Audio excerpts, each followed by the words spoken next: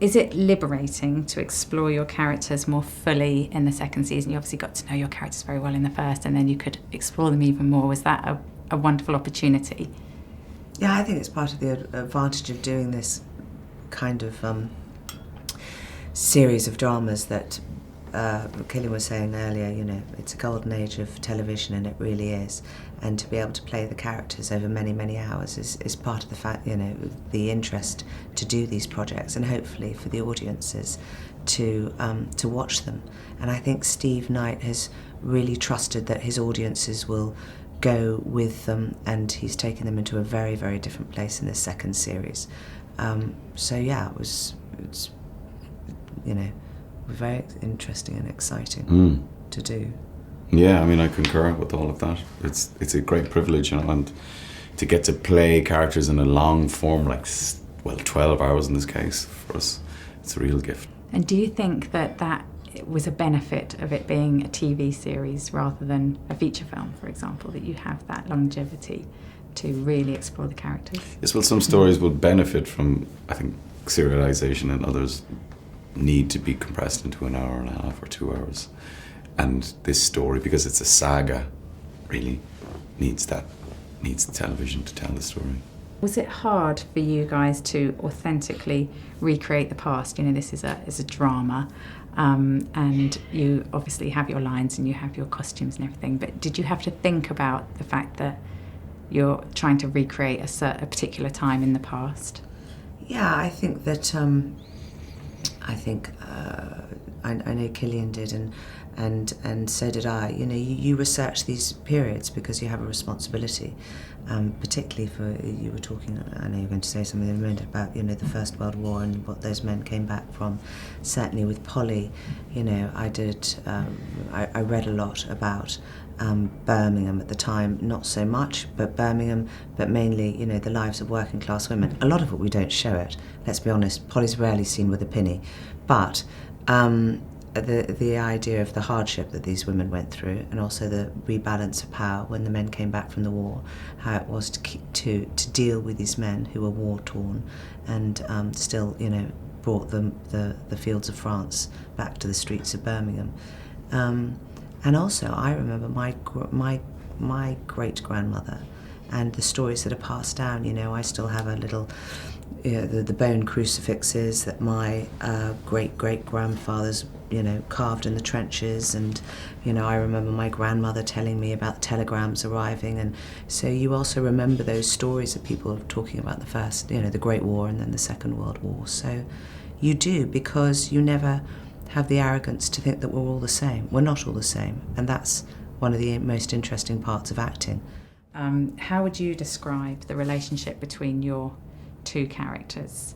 Well, I personally think it's such a fantastic relationship, and Steve Knight writes women brilliantly, always has done, and like, I love the complexity of this relationship because, you know, she is like a kind of a mother figure in one way I would have been when he was younger, even though there's not that much between them in age. They're also then like brother and sister, and she, you know, she is the person that Tommy trusts most in the world, and then as a result of that, they probably have, you know, there's a lot of tension between the two of them, and she's, you know, the smartest of them, you know, and so they confide in each other a lot, but always there's this sort of push and pull kind of relationship between them, this struggle, and I think she sees in him his recklessness, but also recognizes his kind of ambition and strategic mind. So it's a wonderful thing to play as actors, I think. And that also then, there's also the feminine and masculine, that there is a protective nature that Tommy has towards Polly. Yeah. And you see, starting in the series 2, when she becomes more vulnerable and actually asks for help, and you think, oh, this is the bit that Tommy's just going to go, you know, wake up and smell the coffee, that actually the masculine protectiveness is also brought out in him. You know, it's sort of honour amongst thieves. So,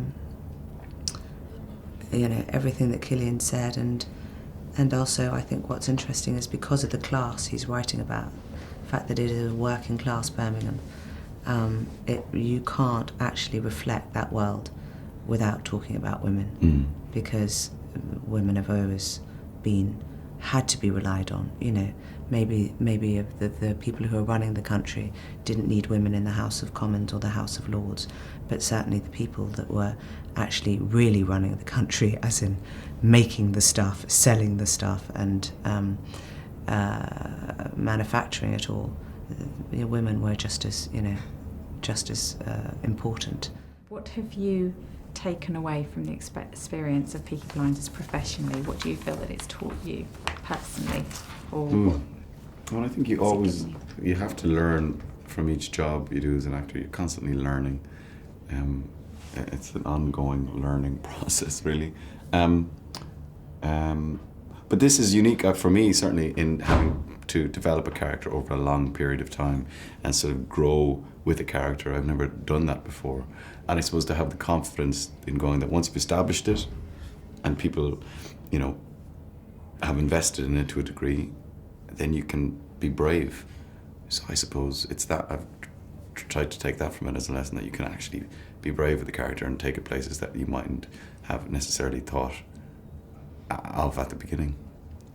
Can you detach enough that when you watch yourself, you're still really emotionally moved by what you see when you watch it back? No. No, I don't know any actor that likes watching his or herself. It's always quite a sort of distressing experience.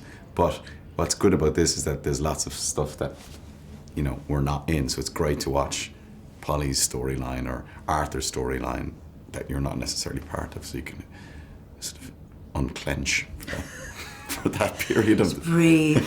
Take the paper bag away from your face before you reconnect. I agree with Cillian. I've never done something that I've returned to, and I've found it really interesting how Stephen has developed the characters. It's, for me, almost like getting notes on series 1, because you think, okay, that's what I wasn't showing enough of, or that's where he wants to do it, or this is what he feels about what I've done with his work. I mean that in a good way. I mean, as in, you want notes from the person you're working with, and that's I've tried to listen to that as much as possible, and to really serve it. And as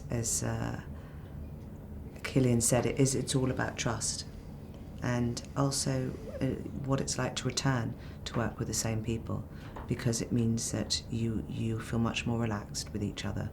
You don't have the first day nerves. To be absolutely honest, I've never felt unrelaxed or nervous with Cillian. Likewise, but you have an ambition, therefore, in scenes to think, okay, well, we know we can go there. Now let's see what we can do and how we can muck it up.